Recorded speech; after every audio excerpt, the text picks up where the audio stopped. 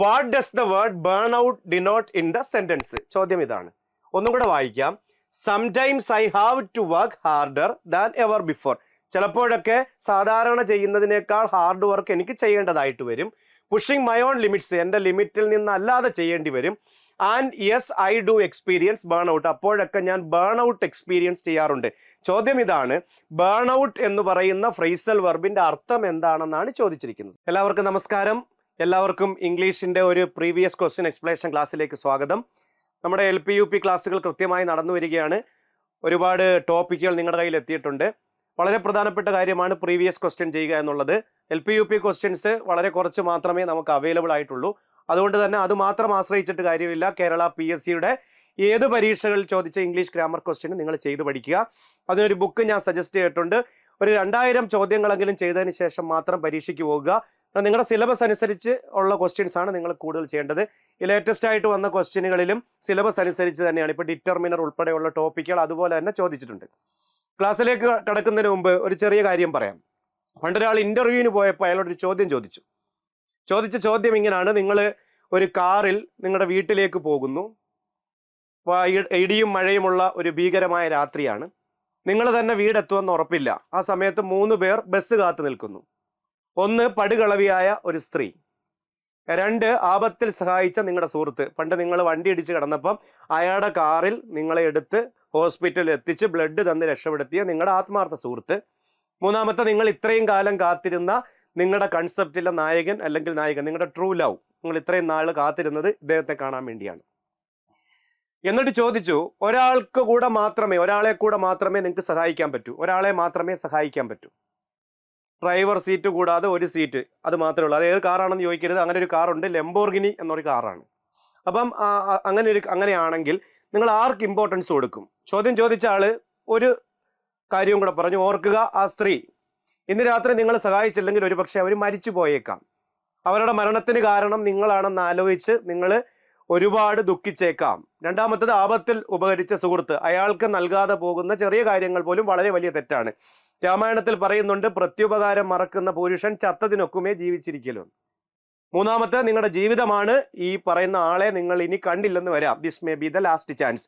നിങ്ങൾ ആർക്ക് ഇമ്പോർട്ടൻസ് കൊടുക്കും എന്നാണ് ചോദിച്ചത്. ഈ ചോദ്യം ചോദിച്ച ആളുടെ മനസ്സിലൊരു ഉത്തരമുണ്ടായിരുന്നു. എന്തായിരുന്നു ഉത്തരം? ആ അമ്മ, ആ പടുകളവിയായ സ്ത്രീ. കാരണം അവർ ചിലപ്പോൾ മരിച്ചു പോയേക്കാം, അവരെ തിരിച്ചു കൊണ്ടുവരാൻ കഴിയില്ല. ബാക്കി 2 കാര്യങ്ങൾ പിന്നീട് എപ്പോഴെങ്കിലും സംഭവിക്കും, ഒരവസരം കിട്ടുമെന്ന് കാത്തിരിക്കാം. ഈ ഉത്തരം ഇവൻ പറഞ്ഞില്ലെങ്കിൽ യവനെ പുറത്താക്കും എന്നും പറഞ്ഞാണ് ഇയാൾ എന്ത് ചെയ്തത്? ചോദ്യം ചോദിച്ചത്. എന്നാൽ ഇവൻ പറഞ്ഞ ഉത്തരം കേട്ട് ഇയാളുടെ കിളി പോയി എന്ന് പറയുന്നതാണ് സത്യം. ഇവൻ പറഞ്ഞ മറുപടി: ഞാൻ എൻ്റെ കാറിൽ നിന്ന് ഇറങ്ങിയിട്ട് താക്കോൽ എൻ്റെ കൂട്ടുകാരൻ്റെ കയ്യിൽ കൊടുത്തിട്ട് ആ അമ്മുമ്മയെ വീട്ടിലെത്തിക്കാൻ പറഞ്ഞിട്ട് എൻ്റെ ലവറോടൊപ്പം ബസ് കാത്തിന്ന് അവരെ വീട്ടിലെത്തിച്ചിട്ട് ഞാൻ വീട്ടിൽ പോകുമെന്ന് പറഞ്ഞു. ചുരുക്കി പറഞ്ഞാൽ അവൻ 3 പ്രോബ്ലവും ഒരേ സമയത്ത് സോൾവ് ചെയ്ത് കൊടുത്തു. അപ്പോഴാണ് ഇങ്ങനെ ഒരു സൊല്യൂഷൻ ഈ ചോദ്യത്തിനുണ്ടായിരുന്നു എന്ന് ചോദ്യം ചോദിച്ച ആൾക്ക് പോലും മനസ്സിലായത്. ഇതിൽ നിന്ന് നമുക്ക് മനസ്സിലാക്കുന്ന കാര്യം, പ്രോബ്ലം സോൾവിങ് എന്ന് പറയുന്നത് നമ്മുടെ ജീവിതത്തിലെ ഓരോ കാര്യങ്ങളും ഓരോ പ്രോബ്ലം ആയിട്ടാണ് നമ്മൾ കാണുന്നത്. അതിനെ സോൾവ് ചെയ്ത് മുന്നോട്ട് പോകുമ്പോഴാണ് ജീവിതം കൂടുതൽ സുന്ദരമാകുന്നത്. ഈവൻ ഒരു പരീക്ഷ പോലും, ഒരു കോമ്പറ്റേറ്റീവ് എക്സാം പോലും നമ്മുടെ ജീവിതത്തിൽ എല്ലാ ദിവസങ്ങളും ചലഞ്ചിങ് ആണ്. നമ്മൾ മുന്നോട്ട് പോകാറുണ്ട്. 2 കാര്യങ്ങൾ ഇതിൽ നിന്ന് മനസ്സിലാക്കാം. ഒന്ന് എന്താണെന്ന് ചോദിച്ചാൽ, for every problem there is a solution. ജീവിതത്തിലെ എല്ലാ പ്രശ്നങ്ങൾക്കും സൊല്യൂഷൻ ഉണ്ട്. ഒന്ന്. 2-മത്തതാണ് ഏറ്റവും രസകരമായ ഒരു കാര്യം, നമ്മൾ കണ്ടുപിടിക്കുന്ന പരിഹാരത്തെക്കാൾ മേന്മയുള്ള ഉത്തരങ്ങളോ പരിഹാരങ്ങളോ ഈ ലോകത്തിൽ ഉണ്ടായേക്കാം. അത് കണ്ടുപിടിക്കപ്പെടാതെ പോകുന്നതാണ് നമ്മുടെ ഏറ്റവും വലിയ പരാജയം എന്ന് മനസ്സിലാക്കുക. നമ്മൾ പരിഹരിച്ചു എന്ന് പറയുന്ന വിഷയത്തിന് അതിനേക്കാൾ മേന്മയുള്ള പരിഹാരങ്ങളോ ഉത്തരങ്ങളോ ഈ ലോകത്തിൽ ഉണ്ടായേക്കാം. അത് കണ്ടുപിടിക്കപ്പെടാതെ പോകുന്നതാണ് നമ്മുടെ ഏറ്റവും വലിയ പരാജയം എന്ന് ഓർത്തിരിക്കുക. ഇത്രയും കാര്യങ്ങൾ ഒരു ഇൻട്രൊഡക്ഷൻ ആയിട്ട് പറഞ്ഞുകൊണ്ട് ഞാൻ ക്ലാസ്സിലേക്ക് കടക്കുന്നു. ഒന്നാമത്തെ ചോദ്യം ഒരു ലാംഗ്വേജ് സംബന്ധമായ പെഡഗോജി ചോദ്യമാണ്. നമ്മുടെ ഭാഗമല്ല എങ്കിലും, which of the following is not a sub skill of reading? Reading comprehension സ്കില്ലാണ് ചോദിച്ചിരിക്കുന്നത്. റീഡിങ്ങിന്റെ സബ് സ്കിൽ അല്ലാത്തത് ഏത് എന്നാണ് ചോദിച്ചിരിക്കുന്നത്. സോ നിങ്ങളുടെ അധ്യാപകൻ, നിങ്ങളുടെ സൈക്കോളജി ടീച്ചർ അല്ലെങ്കിൽ പെഡഗോജി ടീച്ചർ നിങ്ങളോട് ഇതിനെക്കുറിച്ച് പഠിപ്പിച്ചിട്ടുണ്ടായിരിക്കാം. എങ്കിലും കോംപ്രിഹെൻഷൻ എപ്പോഴും റീഡിങ്ങിന്റെ ഭാഗമാണ്. ഇത് വേണ്ടതാണ്. ഫ്ലുവൻസി, റീഡിങ്ങിൽ ഏറ്റവും കൂടുതൽ ആവശ്യമുള്ള ഒരു സാധനം ഫ്ലുവൻസിയാണ്. ഡീകോഡിങ്ങും ആവശ്യമുള്ളതാണ്. നമ്മുടെ ശരിയായ ഉത്തരം ട്രാൻസ്ക്രിപ്ഷൻ ആണ്, കാരണം ഇത് റൈറ്റിംഗുമായിട്ട് ബന്ധപ്പെട്ട കാര്യമാണ്. സോ ചോദിച്ചിരിക്കുന്നത് which of the following is not a sub skill of reading എന്നാണ്. ആൻസർ ട്രാൻസ്ക്രിപ്ഷൻ എന്നാണ് ഉത്തരം കൊടുത്തിരിക്കുന്നത്. സോ വളരെ എളുപ്പമായിരുന്നു, ആ പരീക്ഷയ്ക്ക് എല്ലാവരും എഴുതിയ ഒരു ഉത്തരം കൂടിയാണിത്. രണ്ടാമത്തെ ചോദ്യം നമുക്ക് ഗ്രാമറിലേക്ക് വരാം. Sometimes I have to work harder than ever before, pushing my own limits and yes I do experience burn out. What does the word burn out denote in the sentence? ചോദ്യം ഇതാണ്, ഒന്നും കൂടെ വായിക്കാം. Sometimes I have to work harder than ever before, ചിലപ്പോഴൊക്കെ സാധാരണ ചെയ്യുന്നതിനേക്കാൾ hard work എനിക്ക് ചെയ്യേണ്ടതായിട്ട് വരും. പുഷിംഗ് മൈ ഓൺ ലിമിറ്റ്സ്, എൻ്റെ ലിമിറ്റിൽ നിന്നല്ലാതെ ചെയ്യേണ്ടി വരും. And yes I do experience burn out, അപ്പോഴൊക്കെ ഞാൻ ബേൺ ഔട്ട് എക്സ്പീരിയൻസ് ചെയ്യാറുണ്ട്. ചോദ്യം ഇതാണ്, ബേൺ ഔട്ട് എന്ന് പറയുന്ന ഫ്രേസൽ വെർബിന്റെ അർത്ഥം എന്താണെന്നാണ് ചോദിച്ചിരിക്കുന്നത്. ഇവിടെ ബേൺ ഔട്ട് എന്ന് പറയുന്നത്, ഇപ്പോൾ ഓവർ വർക്ക് ചെയ്യുന്ന സമയത്ത് നമ്മൾ ബേൺ ഔട്ട് ഫീൽ ചെയ്യാറുണ്ട്. ബേൺ ഔട്ട് എന്ന് പറയുന്ന ഫ്രേസൽ വെർബിന്റെ അർത്ഥം ഏതാണ്? ഇങ്ങനെയൊക്കെ ചോദിച്ചു കഴിഞ്ഞാൽ കുറച്ചും കൂടി എളുപ്പമാണ് ഉത്തരത്തിലേക്ക് എത്താൻ. കാരണം ബേൺ ഔട്ട് എന്ന് പറയുന്ന വാക്ക് ഫ്രേസൽ വെർബിന്റെ അർത്ഥം അറിയാത്തവർക്കും ഈസിയായി കണ്ടുപിടിക്കാൻ കഴിയും കണ്ടെക്സ്ച്വൽ മീനിങ് വെച്ച്. ഈ സെന്റൻസിന്റെ അർത്ഥം എന്താണ് അതിനകത്ത് നിന്നുകൊണ്ട് നമുക്ക് കണ്ടുപിടിക്കാൻ പറ്റും. ഹീറ്റ് ആണോ, ചൂടാണോ? എക്സോഷൻ ആണോ, ടയർനെസ് ആണോ? പ്രൈഡ്, അഹങ്കാരമാണോ? ഡിസ്ട്രസ്, ഡിസപ്പോയിൻമെന്റ് ആണോ? Which one is the right answer? Actually it is very simple, exhaustion ആണ്.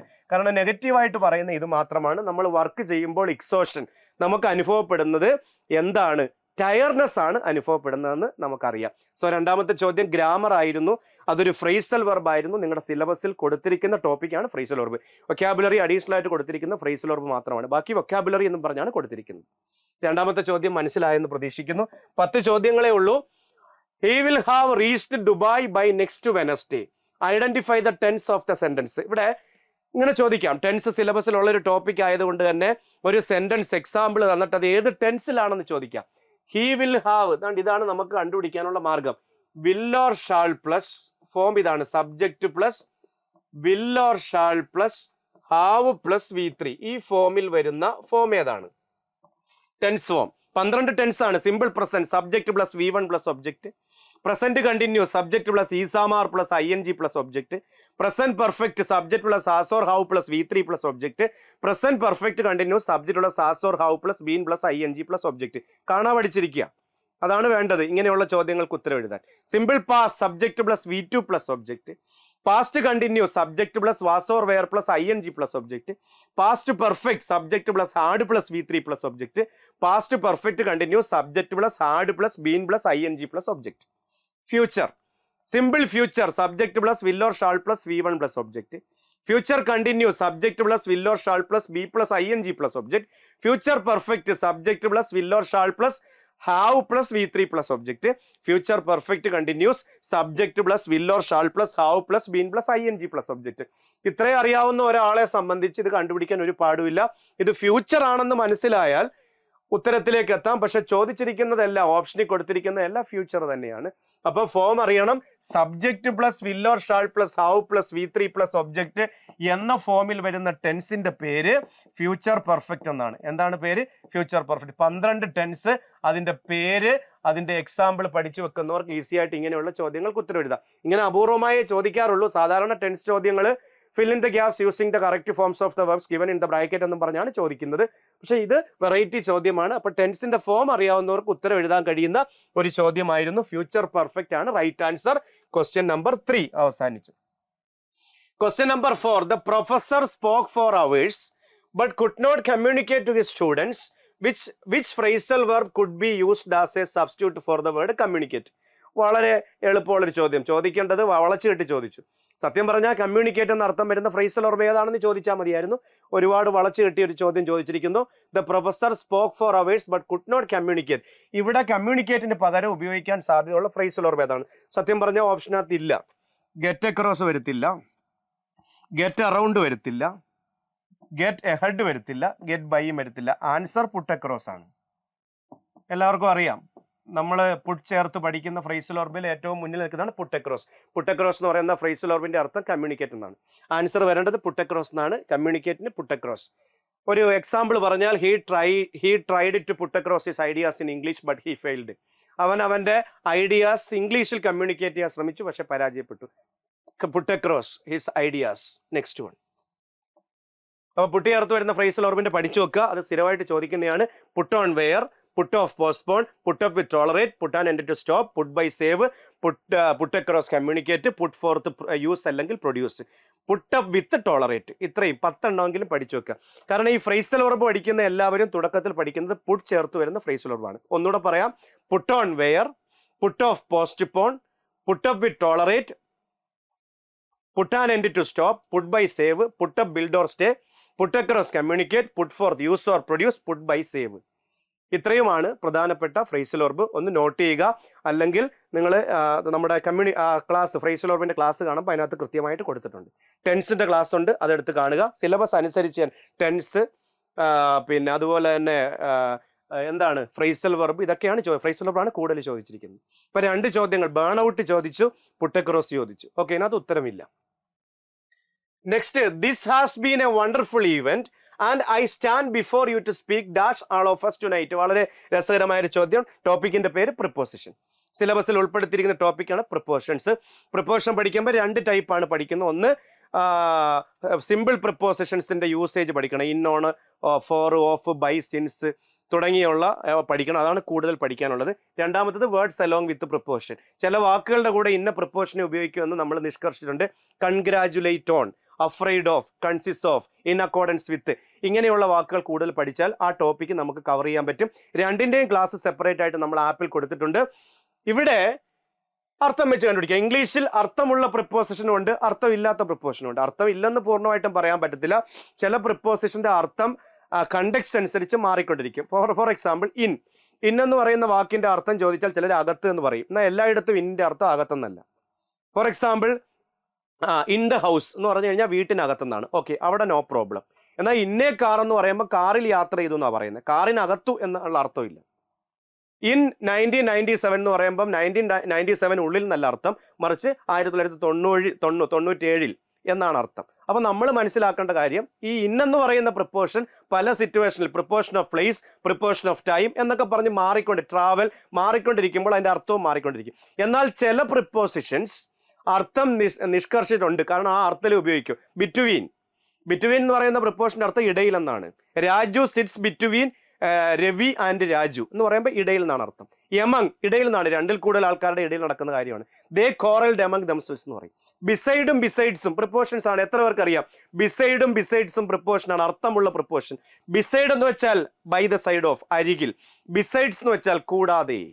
ഇവിടെ നോക്കൂ, this has been a wonderful event and I stand before you to speak. ഞാനിവിടെ നിൽക്കുന്നത് സംസാരിക്കാൻ വേണ്ടിയാണ്. Of all of us tonight. ഇവിടെ ഏത് വരും? എല്ലാവർക്കും വേണ്ടി. ഇവിടെ ബിസൈഡ്സ് എന്ന് പറയുന്ന വാക്കിന്റെ അർത്ഥം കൂടാതെ എന്നാണ്, പക്ഷെ ഇവിടെ കൂടാതെ എന്നുള്ള അർത്ഥം വരാൻ ഒരു സാധ്യതയില്ല. ഇവിടെ എല്ലാവർക്കും വേണ്ടി എന്ന അർത്ഥത്തിലാണ്. For all of us. Before you to speak a few words for all of us അങ്ങനെ വരത്തുള്ളൂ. നിങ്ങൾ നോക്കൂ, നിങ്ങൾക്ക് എന്തെങ്കിലും ഡൗട്ട് ഉണ്ടെങ്കിൽ നിങ്ങൾ നോക്കൂ. Four all of us tonight എന്നല്ലേ പറയത്തുള്ളൂ. എല്ലാവർക്കും വേണ്ടി ഇന്ന് രാത്രി സംസാരിക്കാൻ വേണ്ടിയാണ് ഞാൻ ഇവിടെ നിൽക്കുന്നത് പറയും. This has been a wonderful event and I stand before you to speak for all of us tonight. ഇവിടെ ഫോർ എന്ന് പറയുന്ന വാക്കിന്റെ അർത്ഥം എല്ലായിടത്തും വേണ്ടി എന്നല്ല, ഇവിടെ വേണ്ടി എന്നാണ് അർത്ഥം. ഫോർ ചിലപ്പോഴൊക്കെ വേണ്ടി എന്നുള്ള അർത്ഥത്തിൽ ഉപയോഗിക്കാറുണ്ട്. എന്നാൽ അതേ ഫോർ പീരീഡ് ഓഫ് ടൈമിനെ കാണിക്കാൻ ഉപയോഗിക്കാറുണ്ട്. For example, I have been working here for 2 years എന്ന് പറയാറുണ്ട്. അവിടെ വേണ്ടി എന്നല്ല അർത്ഥം, അവിടെ സിൻസും ഫോറും പീരീഡ് ഓഫ് ടൈമിനെയും പോയിന്റ് ഓഫ് ടൈമിനെയും കാണിക്കാൻ ഉപയോഗിക്കും. The child has been sleeping since 4 o'clock, for 2 hours അങ്ങനെ പറയുമ്പോൾ ഫോർ ഉപയോഗിക്കാറുണ്ട്. അങ്ങനെ ഫോറിന് ഒരുപാട് ഉപയോഗങ്ങളുണ്ട്. ചിലയിടത്ത് ഫോർ വേണ്ടി എന്നുള്ള അർത്ഥത്തിലുണ്ട്. He died for his country. ഡൈഡിന്റെ കൂടെ ഫോർ ഉപയോഗിക്കുന്ന എപ്പോഴാ? വേണ്ടി, എന്തിനെങ്കിലും വേണ്ടി മരിച്ചു എന്ന് പറയുമ്പോൾ he died for his country, സ്വന്തം രാജ്യത്തിന് വേണ്ടി മരിച്ചു എന്ന് പറയുമ്പോൾ. അപ്പോൾ നിങ്ങൾ പ്രിപ്പറേഷനുള്ള ടോപ്പിക് നല്ല സുന്ദരമായിട്ട് പഠിക്കുക, ഒരു മാർക്ക് ഉറപ്പായിരിക്കും. നെക്സ്റ്റ് ക്വസ്റ്റ്യൻ ശ്രദ്ധിച്ചോണേ. He is dash best actor I know. വളരെ സിമ്പിൾ ചോദ്യമാണ്. Degrees of comparison. Degrees of comparison ഏത് ടോപ്പിക്കിൽ വരുന്നു എന്ന് ചോദിച്ചാൽ അഡ്ജക്റ്റീവ് ഓർ അഡ്വർബിനകത്ത് വരുന്നതാണ്. ഇംഗ്ലീഷിലെ എല്ലാ അഡ്ജക്റ്റീവുകൾക്കും അഡ്വർബുകൾക്കും ഡിഗ്രീസ് ഓഫ് കമ്പാരിസൺ ഉണ്ട്. ഡിഗ്രീസ് ഓഫ് കമ്പാരിസൺ ഇന്റർചേഞ്ച് ചെയ്യുന്നത് ആദ്യം പഠിക്കുക. ഇതുപോലുള്ള ചോദ്യങ്ങൾ ഉത്തരം ചെയ്യാൻ 3 കാര്യങ്ങൾ അറിഞ്ഞിരുന്നാൽ മതി. ഇംഗ്ലീഷിൽ സൂപ്പർലേറ്റീവ് ഡിഗ്രിക്ക് മുമ്പിൽ ദ ഉപയോഗിക്കും. The greatest, the tallest, the strongest എന്നൊക്കെ പറയും. എന്നാൽ അതേസമയം കമ്പാരറ്റീവ് ഡിഗ്രി വരുമ്പം greater than, better than, more beautiful than എന്നൊക്കെ ഉപയോഗിക്കും, ഓർത്ത് വെക്കുക. പിന്നെ വരുന്നത് ഗ്രേറ്റ് ആണെങ്കിൽ സാധാരണ വരുന്നത് ആസ് ഗ്രേറ്റ് ആസ് എന്നാണ്. ഇനി നോട്ട് വരുന്ന കേസുകളിൽ സോ ഗ്രേറ്റ് ആസ് എന്ന് പറയാറുണ്ട്. അപ്പൊ ഇതാണ് നമ്മൾ പഠിച്ചു വെക്കേണ്ട ഒരു കാര്യം. സൂപ്പർലേറ്റീവ് ഡിഗ്രിക്ക് മുമ്പിൽ ദ ഉപയോഗിക്കും, the greatest, the tallest, the strongest, the best. Comparative ഡിഗ്രിക്ക് ശേഷം ദാൻ ഉപയോഗിക്കും, greater than, stronger than, better than. Positive ഡിഗ്രിക്ക് മുമ്പിലും പിമ്പിലും ആസ് ഉപയോഗിക്കും, ആസ് ഗ്രേറ്റ് ആസ്, ആസ് ടാളാസ്. എന്നാൽ നോട്ട് വരുന്നത് എപ്പോഴാണ്? സോ വരുമ്പോഴാണ്. നോട്ട് സോ ഗ്രേറ്റ് ആസ് എന്ന് പറയാറ്, നോട്ട് ആസ് ഗ്രേറ്റ് ആസ് എന്ന് പറയത്തില്ല. ഇത് അറിഞ്ഞിരിക്കുന്ന ഒരാളെ സംബന്ധിച്ച് ഇങ്ങനെയുള്ള ചോദ്യങ്ങൾ എളുപ്പത്തിൽ ചെയ്യാൻ പറ്റും. ഇവിടെ the best actor I no എന്ന് ഉപയോഗിക്കും, കാരണം ബെസ്റ്റ് എന്ന് പറയുന്നത് സൂപ്പർലേറ്റീവ് ആണ്. നിങ്ങൾക്ക് മനസ്സിലായെന്ന് പ്രതീക്ഷിക്കുന്നു. എന്നാൽ ഒരു എക്സെപ്ഷൻ ഉണ്ട്. അതായത് ദായിക്ക് ശേഷം കമ്പാരറ്റീവ് ഡിഗ്രി ഉപയോഗിക്കുന്ന ഒരു കേസ് ഉണ്ട് ഇംഗ്ലീഷിൽ. ദ ഗ്രേറ്റർ എന്ന് ഉപയോഗിക്കാറുണ്ടോ പലരും ചോദിക്കും. അങ്ങനെ ഒരു കേസ് ഉണ്ട്. അത് ഓഫ് ദ ടു, ഇങ്ങനെ ഒരു ചോദ്യം ചോദിച്ചു. ഓഫ് ദ ടു എന്ന് വരുമ്പോഴാണ്, അല്ലെങ്കിൽ one of the to. Of the two brothers, രണ്ട് സഹോദരങ്ങളിൽ രാജു ഈസ് ദ ഡാഷ്, ഇങ്ങനെ ചോദിച്ചിട്ടുണ്ട് പരീക്ഷയ്ക്ക്. Of the two brothers Raju is the dash. Taller ആണോ ടാളസ്റ്റ് ആണോ? സ്വാഭാവികമായിട്ടും ദ കാണുമ്പോൾ നമ്മൾ ടാളസ്റ്റ് എന്ന് എഴുതി വെക്കും. തെറ്റാണ്. ദ ടാളർ, ബിക്കോസ് രണ്ടുപേരെ കമ്പയർ ചെയ്തിരിക്കുന്നതുകൊണ്ട് ദായ്ക്ക് ശേഷം കമ്പാരറ്റീവ് ഡിഗ്രി ഉപയോഗിക്കുന്ന ഒരു കേസാണ് ഓഫ് ദ ടു അല്ലെങ്കിൽ വൺ ഓഫ് ദ ടു. സൂപ്പറായിട്ട് മനസ്സിലാക്കി വെക്കുക. ഇതേ സാധനം ഓഫ് ദ ത്രീ എന്ന് വന്നാൽ, എങ്ങനെ വന്നാൽ? ഓഫ് ദ ത്രീ എന്ന് വന്നാൽ ഗ്രേറ്റസ്റ്റ് തന്നെയാണ് ഉപയോഗിക്കുന്നത്, ഗ്രേറ്റർ അല്ല. മനസ്സിലാക്കുക. ഒന്നുകൂടെ പറയാം. ദായ്ക്ക് ശേഷം കമ്പാരറ്റീവ്, സൂപ്പർലേറ്റീവ് ഡിഗ്രി, കമ്പാരറ്റീവ് ഡിഗ്രിക്ക് ശേഷം ദാൻ, ഗ്രേറ്റർ ദാൻ, പോസിറ്റീവില് ആസ് ഗ്രേറ്റ് ആസ്. ഇതൊക്കെ എല്ലാവർക്കും അറിയാവുന്ന കാര്യം. Of the two brothers, one of the two brothers എന്നീ പ്രയോഗങ്ങൾ വരുമ്പോൾ ദായ്ക്ക് ശേഷം കമ്പാരറ്റീവ് ഡിഗ്രി ഉപയോഗിക്കണം. ഉദാഹരണം, of the two brothers Raju is the taller, one of the two friends he is the brighter എന്നൊക്കെ നമ്മൾ പറയാറുണ്ട്. എന്നാൽ ഓഫ് ദ ത്രീ എന്നോ ഓഫ് ദ ഫോർ എന്നോ ഒക്കെ വന്നാൽ ഗ്രേറ്റസ്റ്റ് തന്നെയാണ്, ടാളസ്റ്റ് തന്നെയാണ്, നോ പ്രോബ്ലം. അടുത്ത ചോദ്യത്തിലേക്ക് കടക്കുന്നു. നിങ്ങളുടെ സൈക്കോളജി ചോദ്യമാണ്, പെഡഗോജി ആയിട്ട് ബന്ധപ്പെട്ട ചോദ്യമാണ്. An example of intrinsic motivation would be. Intrinsic മോട്ടിവേഷനും ഉണ്ട്, നിങ്ങളുടെ സാറ് നിങ്ങളെ പഠിപ്പിച്ചതായിരിക്കും. ഇൻട്രിൻസിക് മോട്ടിവേഷനും ഉണ്ട്, എക്സ്ട്രിൻസിക് മോട്ടിവേഷനും ഉണ്ട്. മറ്റുള്ളവരുടെ പ്രേരണയാലല്ലാതെ സ്വയം നമ്മളിൽ ഉണ്ടാവുന്ന മോട്ടിവേഷനാണ് ഇൻട്രിൻസിക് മോട്ടിവേഷൻ. എന്നാൽ എക്സ്റ്റേണൽ ലാഭത്തിന് വേണ്ടി അല്ലെങ്കിൽ എക്സ്റ്റേണൽ പ്രഷറോട് കൂടി നടക്കുന്ന മോട്ടിവേഷനാണ് എന്താണ്? എന്തെങ്കിലും പ്രതിഫലം ആഗ്രഹിച്ചുള്ള, അങ്ങനെ വേണമെങ്കിൽ പറയാം, അതാണ് എക്സ്ട്രിൻസിക് മോട്ടിവേഷൻ. ഇവിടെ ഏതാണ് ഇൻട്രിൻസിക് മോട്ടിവേഷൻ ഉദാഹരണം എന്ന് ചോദിച്ചിരിക്കും. നമുക്കൊന്ന് ചെക്ക് ചെയ്യാം. Playing cricket because you love it. നിങ്ങൾ ക്രിക്കറ്റ് കളിക്കാൻ ഇഷ്ടപ്പെടുന്നു, കാരണം അതുകൊണ്ട് നിങ്ങൾ കളിക്കുന്നു. അതായത് നിങ്ങളുടെ പ്രേരണ ശക്തി, അല്ലാതെ മറ്റാരും പ്രേരിപ്പിച്ചിട്ടല്ല ചെയ്യുന്നത്. നമുക്കെല്ലാം നോക്കാം. Going to work for money, പണം കിട്ടാൻ വേണ്ടി ജോലിക്ക് പോകുന്നു. സത്യം പറഞ്ഞാൽ ജോലി ചെയ്യുന്ന ഇഷ്ടമല്ല, പക്ഷെ പണം കിട്ടാൻ വേണ്ടിയാണ് പലരും ജോലി ചെയ്യുന്നത്. നമ്മുടെ നാട്ടിലെ കൂടുതൽ ആൾക്കാരും പണം കിട്ടാൻ വേണ്ടി ജോലി ചെയ്യുന്നു. ജോലിക്ക് അല്ലാതെ പണം കിട്ടുമെങ്കിൽ അവർ ജോലിക്ക് പോകത്തില്ല. Helping others hoping for praise, മറ്റുള്ളവരെ സഹായിക്കുന്നു പുകഴ്ത്തൽ കിട്ടാൻ വേണ്ടി. ഇപ്പം മറ്റുള്ളവരെ, ചില ആൾക്കാരുണ്ട് മറ്റുള്ളവരുടെ ആരാധന കിട്ടാൻ വേണ്ടി, മറ്റുള്ളവരുടെ പ്രശംസ കിട്ടാൻ വേണ്ടി സഹായിക്കുന്നവരുണ്ട്. അത് ഒരു എക്സ്ട്രിൻസിക് ആണ്, കാരണം അതൊരു പ്രേരണാശക്തി ഉണ്ട്. ആ പ്രേരണാശക്തി പ്രൈസ് ആണ്. അടുത്ത, going on a trip because you were asked to. മറ്റുള്ളവരെ നിർബന്ധിക്കുമ്പോൾ ട്രിപ്പിന് പോകുന്നു, നിങ്ങളുടെ ഇഷ്ടത്തിനല്ല. നിങ്ങളുടെ ഇഷ്ടത്തിന് പോവുകയാണെങ്കിൽ ഇൻട്രിൻസിക് ആണ്. നിങ്ങൾക്ക് യാത്ര ചെയ്യാൻ ഇഷ്ടമാണ്, അങ്ങനെയാണെങ്കിൽ ഇൻട്രിൻസിക്കാണ്. പക്ഷെ മറ്റുള്ളവരാൽ നിർബന്ധിക്കപ്പെടുമ്പോൾ പോകുന്നു, അതിനെ വിളിക്കുന്ന ഇങ്ങനെ വെച്ച് നോക്കുമ്പോൾ ഒരൊറ്റ ഒരെണ്ണേ ഉള്ളൂ ഇൻട്രിൻസിക്. നിങ്ങൾ ക്രിക്കറ്റ് കളിക്കുന്നു ബിക്കോസ് യു ലവ് ഇറ്റ്. ഇപ്പൊ മനസ്സിലായോ what is the difference between intrinsic motivation and extrinsic motivation? കൂടുതൽ കാര്യങ്ങൾ നിങ്ങളുടെ സൈക്കോളജി, പെഡഗോജി അധ്യാപനോട് ചോദിച്ചാൽ അദ്ദേഹം പറഞ്ഞുതരും. ഇപ്പൊ ക്വസ്റ്റ്യനകത്ത് ഉണ്ടായതുകൊണ്ട് 3 ചോദ്യങ്ങൾ പെഡഗോജി, സൈക്കോളജിയാണ്. അതുകൊണ്ടാണ് ഞാൻ ആ ക്വസ്റ്റ്യൻ ഉപേക്ഷിച്ചില്ല. നമ്മൾ ചെയ്യുമ്പം ഇംഗ്ലീഷിനോട് ചേർന്നാണ് ഈ ക്വസ്റ്റ്യൻ ചോദിക്കുന്നത്. സത്യം പറഞ്ഞാൽ ലാംഗ്വേജ് ആണ്, ലാംഗ്വേജുമായിട്ട് ബന്ധപ്പെട്ട കാര്യമാണ്, ടീച്ചിങ്ങുമായിട്ട് ബന്ധപ്പെട്ട കാര്യമാണ്. ചിൽഡ്രൻ സൈക്കോളജി വളരെ പ്രധാനപ്പെട്ടതാണ്. ഒരു അധ്യാപകനെ സംബന്ധിച്ചിടത്തോളം ചിൽഡ്രൻ സൈക്കോളജി അത്യാവശ്യമാണ്. ഞാൻ BEd പഠിക്കാൻ ചെന്നപ്പോൾ എൻ്റെ അടുത്ത് ആദ്യമായിട്ട് എൻ്റെ ട്യൂട്ടർ പറഞ്ഞത്, a good teacher must come down to the level of the children. കുട്ടികളുടെ മനസ്സറിഞ്ഞ് പഠിപ്പിക്കുക എന്ന് പറയും. നമ്മുടെ മുമ്പിൽ ഇരിക്കുന്നത് ഇപ്പോൾ ഓൺലൈൻ ക്ലാസ്സുകളിൽ നമുക്കത് സാധ്യമല്ല. കാരണം ഓൺലൈൻ ക്ലാസ്സുകളിൽ നമുക്ക് റെസ്പോൺസോ ഫീഡ്ബാക്കോ കിട്ടാറില്ല. നമ്മുടെ മുമ്പിലിരിക്കുന്ന, നമ്മളെ കാണുന്ന ആൾക്കാർ എങ്ങനെയുള്ളവരാണെന്ന് നമുക്കറിയില്ല. അവിടെ വലിയൊരു പരാജയമാണ്. ആ കാര്യം കമൻറ്റുകളിലൂടെയൊക്കെയാണ് നമ്മൾ സാധാരണ അറിയുന്നത്, അല്ലെങ്കിൽ അത് ലൈവ് ആയിരിക്കണം. ഇപ്പോൾ റെക്കോർഡ് ക്ലാസ്സുകളിൽ അങ്ങനെ നമുക്ക് സാധ്യമല്ല. എന്നാൽ നമ്മുടെ മുമ്പിൽ ക്ലാസ് റൂമിൽ ഇരിക്കുന്ന കുട്ടികളുടെ മനസ്സറിഞ്ഞ് പഠിപ്പിക്കുക, അതാണ് സൈക്കോളജി അറിഞ്ഞിരിക്കുന്നത്. ചിൽഡ്രൻ സൈക്കോളജി പഠിക്കേണ്ടത് തന്നെയാണ്. Next, which of the following is A determiner? ഞാൻ പറഞ്ഞല്ലോ, ഡിറ്റർമിനർ സ്ഥിരമായിട്ട് ചോദിക്കും. ഡിറ്റർമിനർ ഏതൊക്കെയാണെന്ന് ചോദിച്ചാൽ, ഡിറ്റർമിനർ ആർട്ടിക്കിൾ എല്ലാം ഡിറ്റർമിനറാ. A and the. എല്ലാ പൊസസീവ് പ്രൊനൗണും ഡിറ്റർമിനറാ. His, her, our, your, their. This that എല്ലാ demonstrate this that these those അതാണ്. പിന്നെ ഒത്തിരി ഉണ്ട്, ഓൾ, സെവറൽ, ഇങ്ങനെയുള്ള വാക്കുകൾ. എന്താണ് ഡിറ്റർമിനർ? എന്താണ് ഡിറ്റർമിനർ? ഒരു നൗണിന് മുമ്പിൽ ചേർക്കുന്ന വാക്കുകളാണ്, നോട്ട് ആൻ അഡ്ജക്റ്റീവ്. അഡ്ജക്റ്റീവ് അല്ല. What is the difference between adjective and determiner? ഇപ്പം ഗ്രേറ്റ് മാൻ, ഗ്രേറ്റ് മാൻ എന്ന് പറഞ്ഞാൽ മാൻ നൗൺ ആണ്. ഇതിന്റെ മുമ്പിൽ ചേർക്കുന്ന ഗ്രേറ്റ് ഡിറ്റർമിനർ ആണോ? അല്ല. ഗ്രേറ്റ് ഒരിക്കലും ഡിറ്റർമിനർ അല്ല, കാരണം ഗ്രേറ്റ് അഡ്ജക്റ്റീവ്. എന്നാൽ ഗ്രേറ്റ് മാൻ എന്ന് പറഞ്ഞാൽ ഡിറ്റർമിനറാണ്. സിമ്പിൾ ആയിട്ട് പറഞ്ഞാൽ നൗൺ മേക്കർ. ഒരു നൗണിനെ മേക്ക് ചെയ്യുന്നത് ആരോ അവനാണ് determiner. Determiner is A noun maker. പഠിച്ചു വെക്കുക. Determiner is A noun maker. ഇതാണ് സംഭവം. ഓക്കെ. A and the. ഇനി നിങ്ങൾ പറ. ട്രൈ വെർബ. വെർബ് ഒരിക്കലും ഡിറ്റർമിനർ ആയിട്ട് വർക്ക് ചെയ്യത്തില്ല. യൂസ് വെർബ. ആഫ്റ്റർ എന്ന് പറയുന്നത് ഒരു ആഡ് വെർബാണ്. ദിസ് ആണ് correct. This that this those. ഇങ്ങനെയല്ല ഈ ചോദ്യം ചോദിക്കേണ്ടത്, കാരണം എല്ലായിടത്തും ദിസ് ഡിറ്റർമിനർ അല്ല. അതറിയാവോ നിങ്ങൾക്ക്? ഇപ്പൊ ഇങ്ങോട്ട് നോക്ക്. ഇപ്പൊ ദിസ് ഈസ് എ കാർ എന്ന് പറയുന്ന സെന്റൻസിനകത്ത് ദിസ്, ഈ ചോദ്യത്തിന്റെ പൊരുൾ അനുസരിച്ച് ദിസ് ഈസ് എ കാർ എന്ന് പറയുന്ന സെന്റൻസിനകത്ത് ഡിറ്റർമിനർ ദിസ് ആണോ? അല്ല, എ കാർ. നൗൺ വേണം. മനസ്സിലായോ? ഇവിടെ ഈ ഡിറ്റർമിനറിന് ശേഷം ഒരു നൗൺ വേണം, എന്നാലേ ദിസ് ഡിറ്റർമിനർ ആവും. അങ്ങനെ വെച്ച് നോക്കുമ്പോൾ ഈ ചോദ്യം ഒരു പൊളിയാണ്.